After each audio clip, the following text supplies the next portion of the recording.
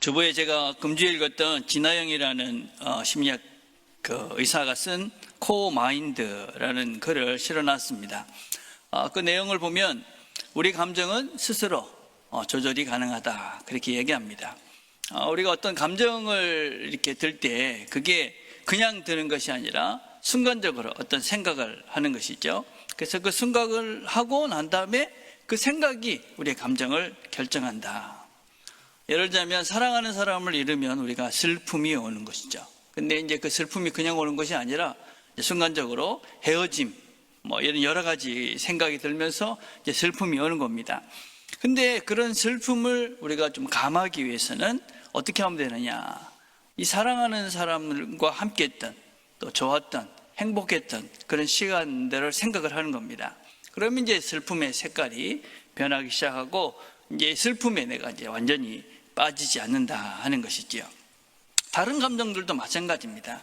누가 나에게 어떤 무례한 행동을 하거나 해로운 행동을 하면 우리가 본능적으로 이제 분노가 올라오죠. 근데 그런 분노가 올라오고 할 때 우리가 멈추고 이제 생각을 하는 겁니다. 왜 그 사람이 그렇게 할 수밖에 없었는지, 또 내가 모르는 다른 이유가 있지는 않았을까. 그렇게 이해하려고 방향을 바꾸고 잠깐 멈추기만 해도 순간에 분노의 그 마음의 방향이 바뀌어서 그럴 수도 있겠구나. 그래서 내 분노라는 그 감정이 컨트롤이 된다 하는 것입니다. 근데 이게 그렇게 말처럼 쉽지만은 않습니다. 그렇죠? 우리가 다 그렇게 되고 싶은데 우리도 모르는 사이에 그런 마음이 올라와 버리는 것입니다. 왜냐하면 그런 생각이 어디서부터 올라오는 거냐? 그런 생각. 우리의 근본에서부터 오는 거죠. 이 근본이 뭐냐? 그게 우리의 내적인 상태, 내면, 근본, 영혼, 우리가 그렇게 설명을 합니다. 근데 우리의 근본이 원래 어떤 마음이냐? 우리 속에 어떤 것이 있느냐? 우리 속에 보면 마가복음에서 이렇게 얘기하죠. 속에서 곧 사람의 마음에서 나오는 것은 악한 생각, 음란, 도둑질, 살인, 간음, 탐욕, 악독, 속임, 음탕과 질투와 비방과 교만과 우매함이니. 우리의 본래 내면은 선하지가 않습니다. 우리 내면은 악한 생각이 많고 나한테 누군가 손해를 끼치면 보복하려는 그런 마음이 훨씬 더 강하고 우리 속에는 욕심이 가득하고 질투와 교만이 우리 속에 채워져 있는 것이지요.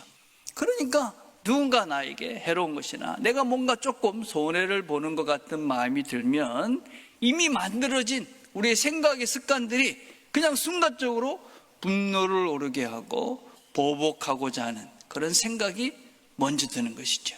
그래 화가 나가지고 주체를 못하는 것입니다. 이 근본, 내 내면, 내 영적인 부분들이 바뀌어져야 됩니다. 어떻게 우리의 이 근본인 내면이 바뀌어지느냐? 에스겔서에서 이렇게 우리에게 약속을 하고 계십니다. 또 새 영을 너희 속에 두고 새 마음을 너희에게 주되 너희 육신에서 굳은 마음을 제거하고 부드러운 마음을 줄 것이며 또 내 영을 너희 속에 두어 너희로 내 율례를 행하게 하리니 너희가 내 규례를 지켜 행할지라. 하나님께서 우리에게 새로운 영을 주시겠다. 우리의 영, 우리의 내면에 있는 이 새로운 마음들을 우리에게 주시겠다. 그래서 굳어진 마음들을 제거해버리고 부드러운 마음을 줘서 말씀대로 살 수 있도록 하나님께서 우리에게 살기를 원하시는 그 마음으로, 그 생각으로, 그런 감정으로, 그런 삶을 살 수 있게 해주시겠다. 그렇게 약속을 해주셨습니다. 어떻게 우리가 이 영을 받고 이 새로운 영, 새로운 마음, 새로운 생각, 새로운 감정, 새로운 삶을 살 수 있는가? 오늘 읽었던 본문에 이렇게 시작을 합니다. 명절 끝날, 곧 큰 날에. 이 명절이라는 것은 그 당시에 초막절을 이야기합니다. 이 초막절이라는 것은 이스라엘 백성들이 40년 동안 광야 생활했던 것들을 기억을 하는 것입니다.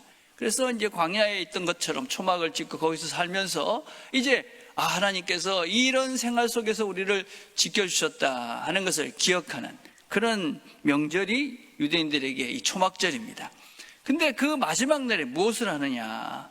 그 마지막 날에는 그들이 물이 바라는 곳에서 물이 없어가지고 하나님께 막 불평을 했습니다. 그러니까 하나님께서 반석에서 물이 나오게 해서 그들에게 물을 먹여주셨습니다. 생수를 주신 것이죠. 그래서 마지막 날에 무엇을 하느냐면 이들이 실로암이라는 연못에 가서 물을 가져다가 제단에다가 물을 부음으로써 이 의회가 이 명절의 마지막을 장식합니다. 그날 예수님께서 이렇게 말씀하신 것이죠. 예수께서 서서 외쳐 이르되 누구든지 목마르거든 내게로 와서 마셔라. 나를 믿는 자는 성경에 이른 같이 그 배에서 생수의 강이 흘러나오리라. 이는 그를 믿는 자들에게 받을 성령을 가리켜 말씀하신 것이라. 성령 곧 새 영을 말씀하십니다. 하나님께서 우리에게 이런 사람들에게 새 생명수 성령을 주시겠다. 그 생명을 새 영을 너희들에게 성령을 주어서 흘러넘치는 삶을 살게 해주시겠다. 누구든지 이 물을 마시면 된다. 어떤 사람이 이 물을 마실 수 있느냐? 갈증이 있는 사람입니다. 목마른 자들이 와서 마시는 것이죠. 삶에 있어서 갈증, 이게 뭔가? 나는 목이 마르다. 어떤 갈증이냐? 죄에 대해서 아파하는 갈증입니다. 삶의 목적과 의미가 무엇인지에 대한 갈증입니다. 영원한 생명, 죽음 넘어 있는 그 영생에 대한 갈증입니다. 우리를 만드신 하나님 자체에 대한 갈증입니다. 근데 우리 사회를 보면 과연 이런 갈증들이 있을까? 지금 과연 우리는 이런 갈증이 있는가? 죄에 대해서, 삶의 목적에 대해서, 하나님에 대해서 정말 이런 갈증을 가지고 우리가 살고 있는가? 한국은 행복지수라는 것이 있는데 OECD 38개국에 35등, 지금 꼴찌 수준입니다. 물질은 풍요로워서 우리가 경제 수준은 세계 10대국에 들어가는데 행복하진 않다. 행복 점수가 있는데 이것이 세계 평균은 73점인데 우리나라는 57점밖에 되지 않습니다. 더 심각한 것은 무엇이냐면 시간이 지나갈수록 더 이 행복지수가 떨어지고 있다. 2011년만 해도 행복지수가 71%였는데 작년에는 57%로 14%가 떨어졌습니다. 사람들이 점점 더 행복해지지 않다. 10년 전에 비해서 우리는 물질적으로는 아주 많이 풍성해졌는데 행복하지 않다. 자살률은 심각해서 세계 절대율이 평균보다는 2배나 더 높습니다.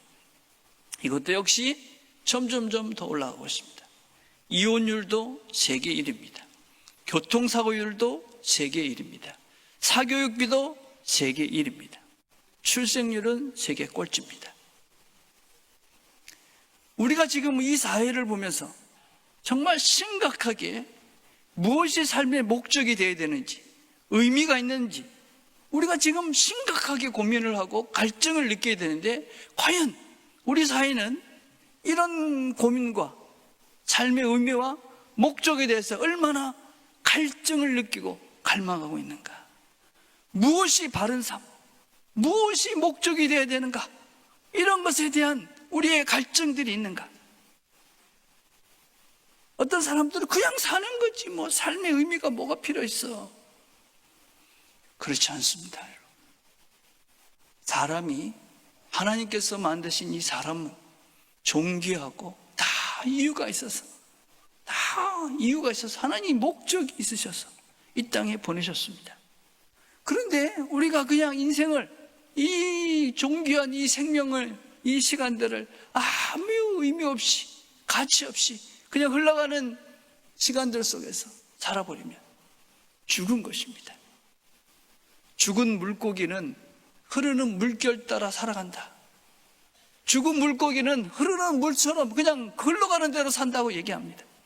살아있는 물고기는 절대로 흐르는 물 속으로 끌려서 그냥 따라 살아가지 않습니다.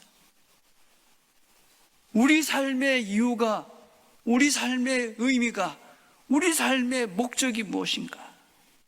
하나님께서 우리를 만드신, 하나님께서 이 땅에 보내신, 하나님께서 나를 이 시간까지 있게 하신 그 이유가 무엇인가?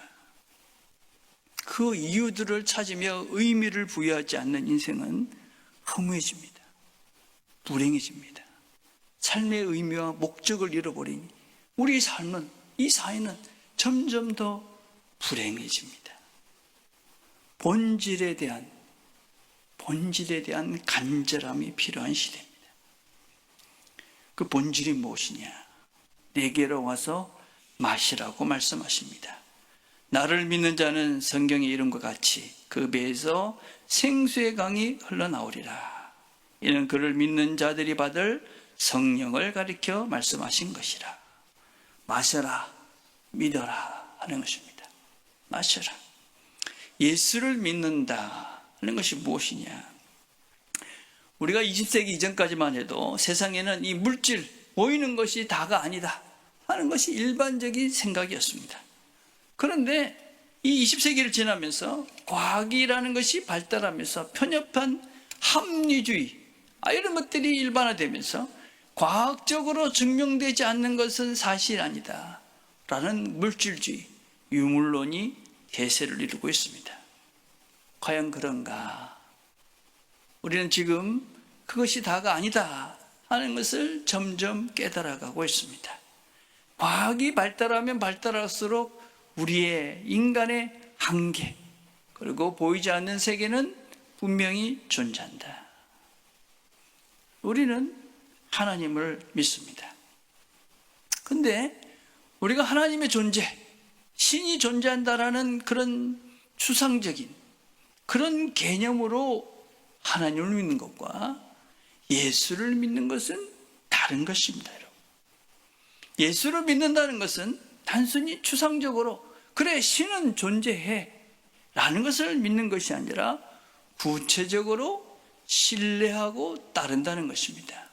우리의 삶의 목적과 의미를 그분에게 두고 그분을 따라가면서 이것이 내 삶의 목적이다, 이것이 내 삶의 의미다 라는 것을 확신하고 그분을 신뢰하면서 그분과 함께 걸어가는 것이 예수를 믿는 것입니다.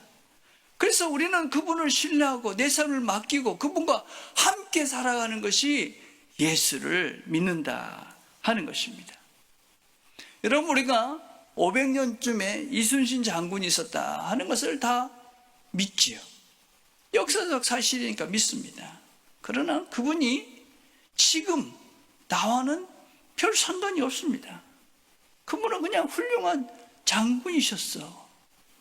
그러나 예수를 믿는다는 것은 그런 것이 아닙니다.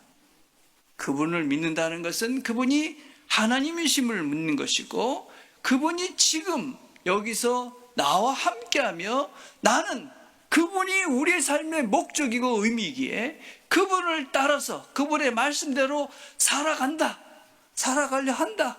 그것이 예수를 믿는 것입니다. 어떻게 하느냐?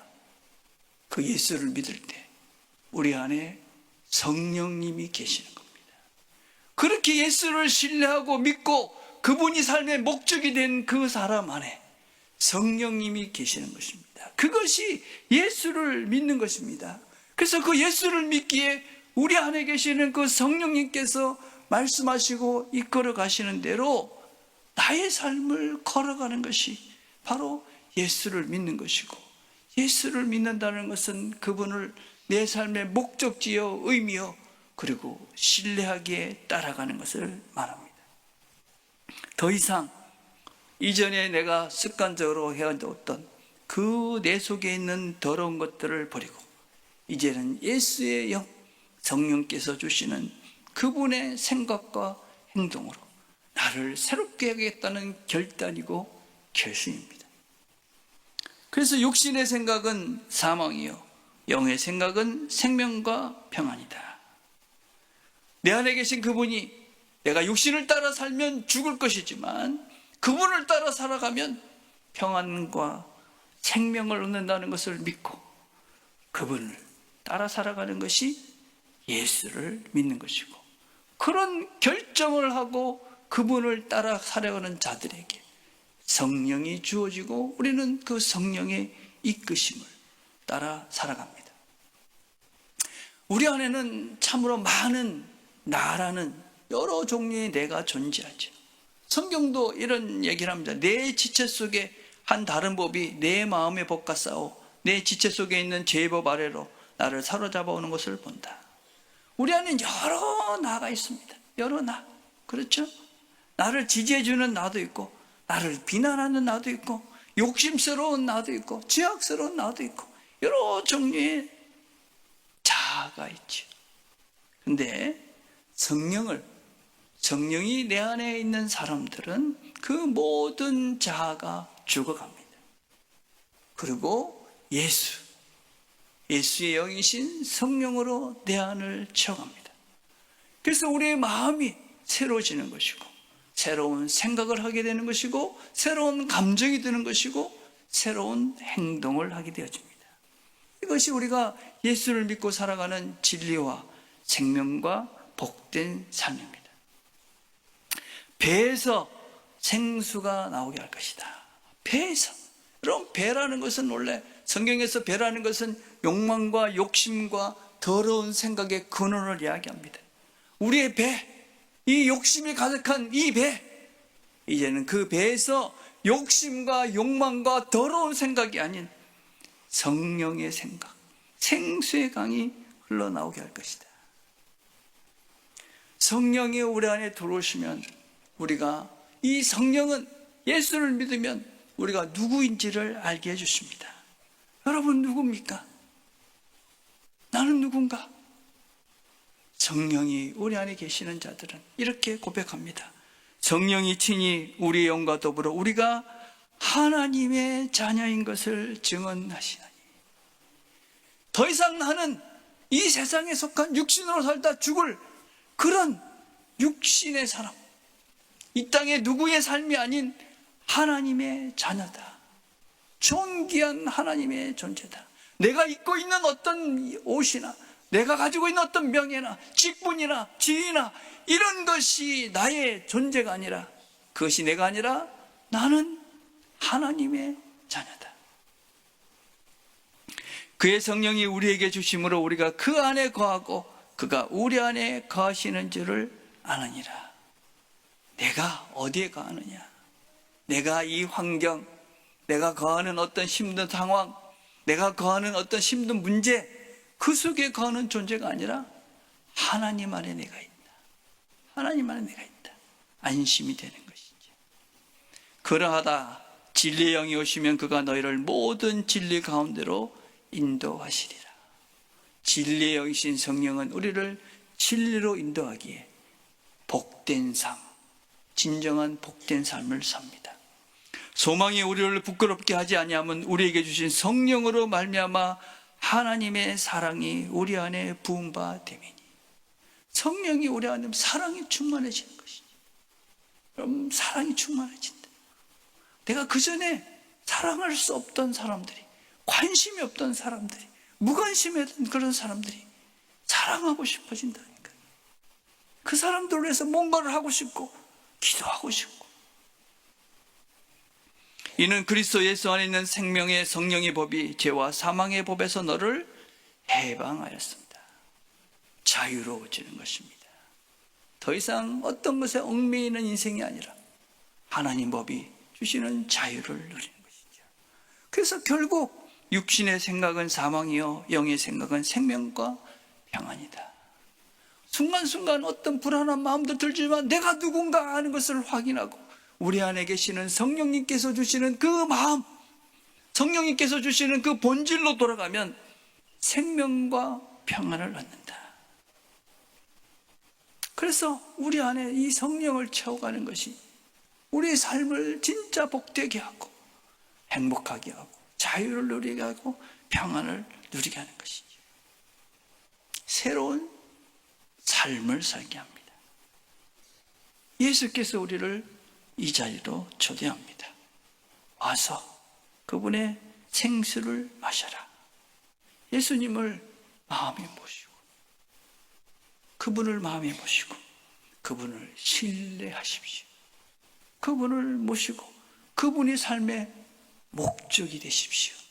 그분이 삶의 의미가 되십시오. 그분이 말씀하시는 것을 듣고 순종하십시오. 새로운 생각, 새로운 감정, 새로운 삶을 살 수 있게 합니다.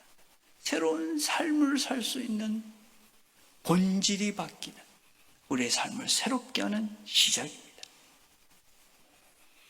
이런 예수님의 초청에 사람들은 세 가지 반응이 나타났습니다. 첫 번째는 이 말씀을 들은 무리 중에서 어떤 사람은 이 사람이 참으로 그 선지자라, 그리스도다, 이렇게 반응하는 사람이 있었습니다. 참으로 좋은 마음이죠.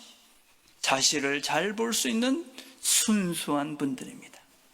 여러분, 말씀을 듣고 복음을 들을 때 이런 순수함과 순전함으로 받기를 축복합니다. 여러분, 하나님 말씀을 들을 때 그래, 그렇구나, 그렇게 그 말씀을 순전한 마음으로, 순수한 마음으로 들을 때 진정한 복을 누리는 겁니다. 그래서 우리의 삶이, 마음이, 본질이 새로워지고 새로운 삶을 사는 것이지. 순전하고 순수한 마음으로 말씀을 받기를 축복합니다.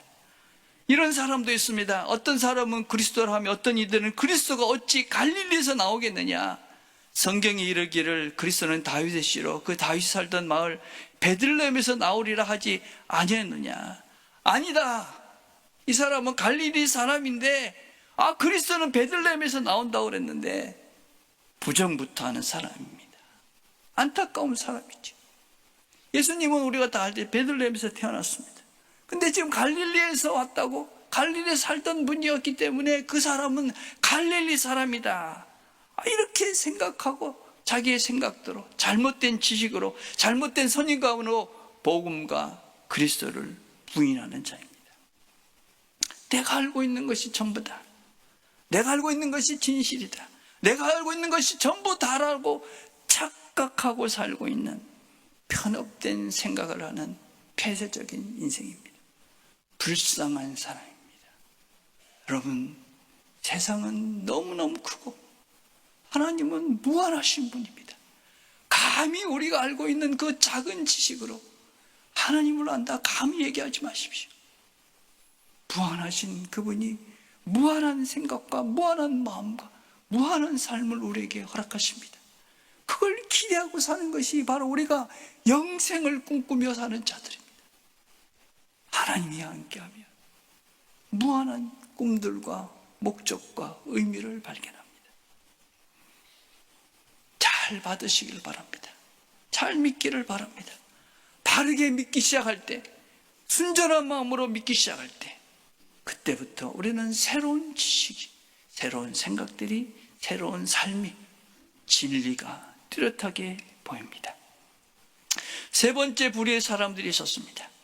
아랫사람들이 대답하되 그 사람이 말하는 것처럼 말한 사람은 이때까지 없었나이다. 바리새인들이 대답하되 너희도 미혹되었느냐. 50절에 이런 말씀입니다. 그 중에 한 사람 곧 전에 예수께 왔던 니고데모가 그들에게 말하되 우리 율법은 사람의 말을 듣고 그 행한 것을 알기 전에 심판하느냐. 그들이 대답하여 이르되 너도 갈릴리에서 왔느냐. 찾아보라, 갈릴리에서는 선지자가 나지 못하느니라. 유대인 권력자들이 예수님을 잡아오라고 명령을 했습니다. 그런데 그 부하들이 와서 보니까 이런 사람이 없는 것입니다. 이런 사람 처음 본다. 유대인 사이에 변론이 막 토론이 일어난 겁니다. 그 자리에 니고데모도 있었습니다. 니고데모는 그 전에 밤에 예수를 찾아왔던 사람입니다. 위로부터 다시 나지 않으면 하나님 나라에 들어갈 수 없다라는 말을 들었던, 예수를 알고 있던 사람입니다.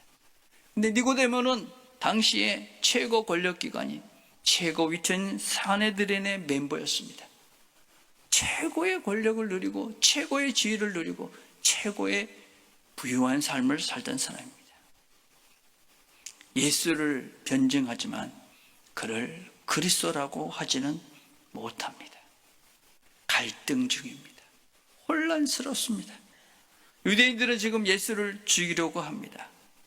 근데 자신 있게 니고데모가 지금 이분이 그리스도다 맞는 것 같은데 확신은 없습니다. 그렇게 말했다가는 모든 것을 다 잃을 것 같습니다. 갈등 중입니다. 여러분은 누구신 것 같습니까? 순전한 마음으로 복음을 받고 예수를 믿고 따라가는 자입니까?